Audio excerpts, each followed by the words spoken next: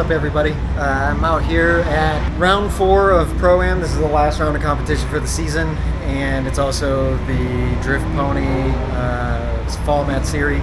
Just got done with second round of practice after the all comp drivers practice. Since it's a MatSerie weekend, they get mixed in with each other, so we run with A group after the all drivers. Anyways, feeling pretty good, pretty confident in the layout. It's definitely a tough one because it's slow.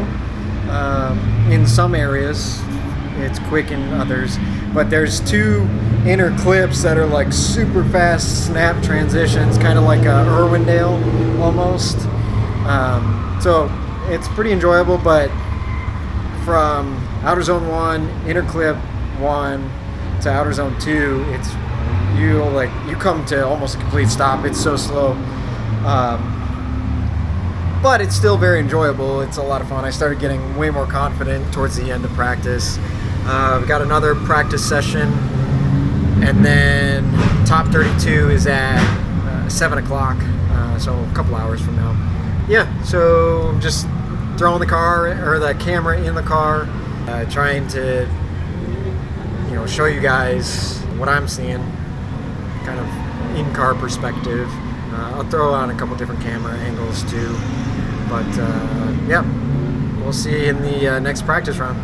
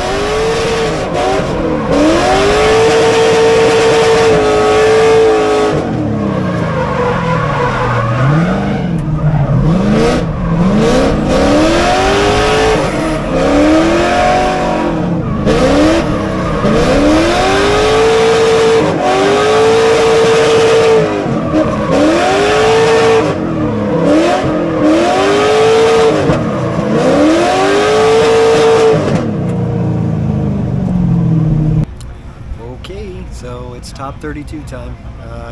Like the 8th battle in the bracket. I got Taylor Braun, like I said earlier. He's very consistent. Looks like he's been struggling a little bit today. I chased him a couple times in practice. Like I said, the inner clip 1 to outer zone 2 slow up real bad, and very fast. So I think, I don't know, I'm not going to say anything, but I'll bring you guys along for the ride, and we'll see how it goes. Wish me luck.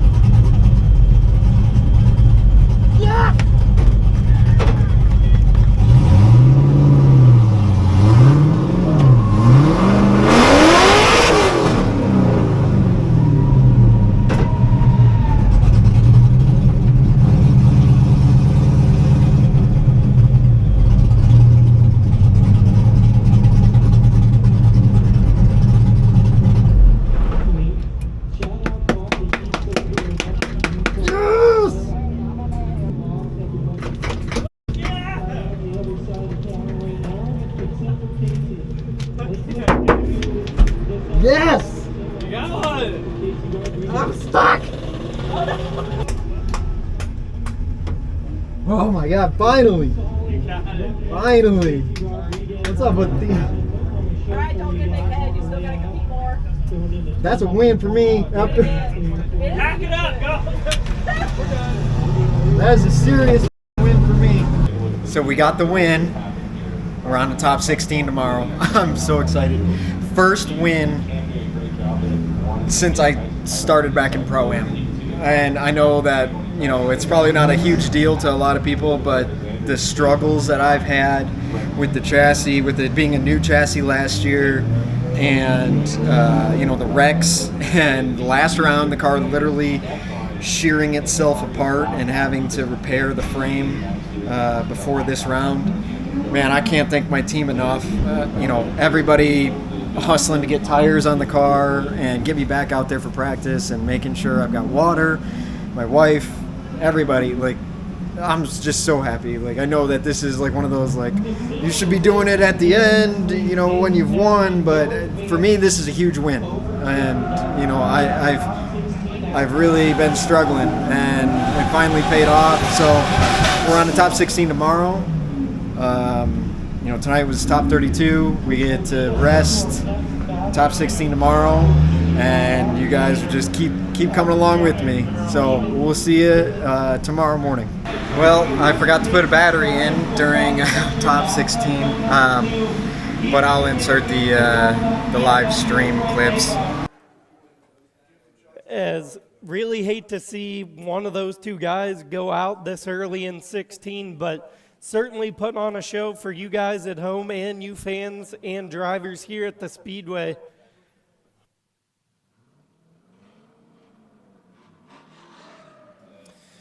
Andrew Shorkey in front of Andrew Wilder. Shorkey initiates into outside zone number 1, putting down the smoke trail in front of Andrew Wilder. Falls back about 2 car gaps into outside zone number 2. Shorkey using all of outside zone number 2. Wilder doing everything that he can to keep that car basted to the door of the Corvette. Almost an over rotation from Wilder in outside zone number 3 as Shorkey sets sail into the final outer zone, laying down a textbook lead run, maybe even 1 or 2 tires off coming out of that final outer zone. Take a look here at the replay, see what all happened in this run. You have Shorkey with this big weight transfer there with a little bit of that handbrake pull just to get the car to rotate. Wilder leaving maybe a 1 or 2 car gap there through outside 1, but here's the spot that I really like to take a look at because Shorkey stays in this second outside zone. Then you can see Wilder here on this transition, just a little bit of an over rotation, has to clutch kick it and dig his way out there. A little bit of a correction. I don't really think he's going to make up that gap the rest of this run. He kind of stays at that like 3 car, can't really make it up. Shorkey, you can see just laying it down, and you can see at the end of that final outside zone, Shorkey at least 1, probably 2 tires off. It looked like the whole rear end of that vet was hanging over the line. So a little bit of a deduction there. We'll see how the judges weigh that, but going to flip him around, and Wilder's going to take his lead.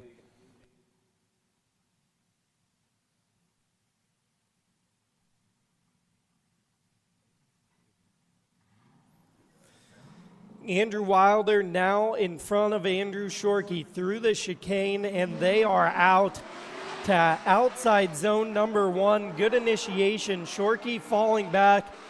Andrew Wilder maybe dropping a tire early, really closing up the proximity in the chase as Shorkey into outside zone number 2. Letting Andrew Wilder know that that Corvette is there to outside zone number 3. Shorkey falls back out of the pocket just a little bit to the second inner clip. Shorkey now lunges forward back to the door of Wilder. Really nice lead run from Wilder there. So again, you know, I think Shorkey's chase was a little bit closer in proximity than what Wilder did, but lead mistakes we've seen cost big. I'll give you guys a chance to take a look at the replay here, see if we can break some things down.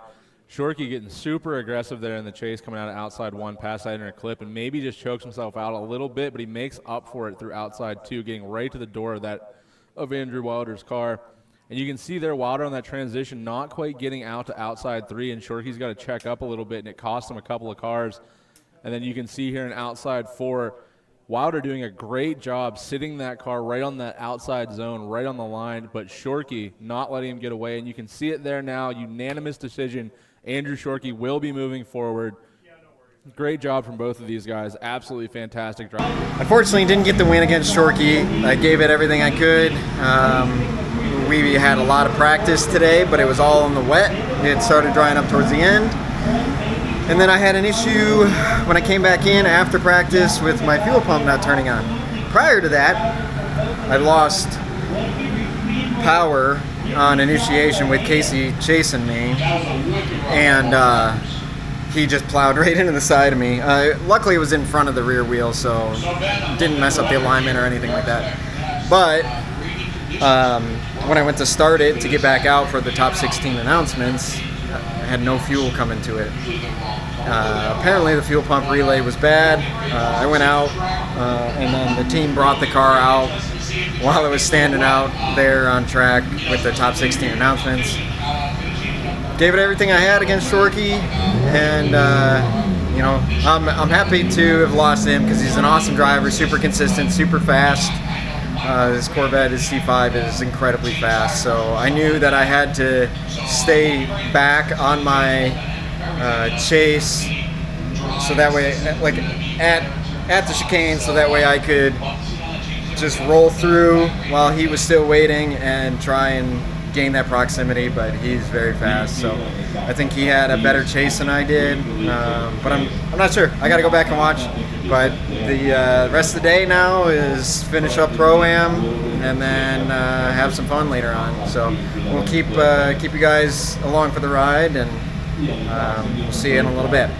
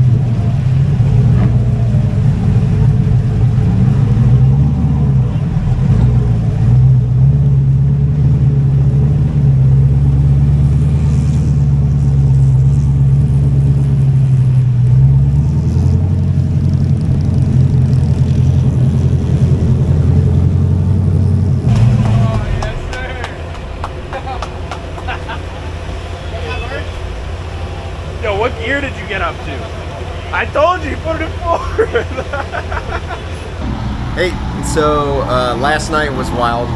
Saturday night at the Mats events gets absolutely crazy. Everybody goes hard. A group finishes off the night, and there's usually some crazy burnouts. I don't know if you'll be able to see everything in the burnout video from when I had the camera on the roof, but the car caught on fire, tire fire. And apparently it was still on fire when I came off track, but I was headed to the tire pit anyways to cool off the tires so I could take them off and not burn my hands. But yeah, I think I shut it down pretty well out there. I was the last one out on track. I got the last lap in, not everybody, and then last one out there. Did a first through fourth burnout. Hopefully there's some good drone footage because there were a couple drones following me while I was doing some donuts and then just standing on the brakes. Yeah, so it's the third day, Sunday. Usually we pack up, we're packing up like right about now and heading out, but it's Labor Day tomorrow and everybody's got Monday off, so we're gonna stay and party. So I'll throw the camera back in the car and we'll go do some laps. I already went out for one session today. Just to make sure that the car was fine after last night because temps got kind of high and I wanted to make sure clutch was alright. But yeah, it's going to be a good day. We got some other friends that came up and we're going to have some fun. Like I said, keep you along for the ride.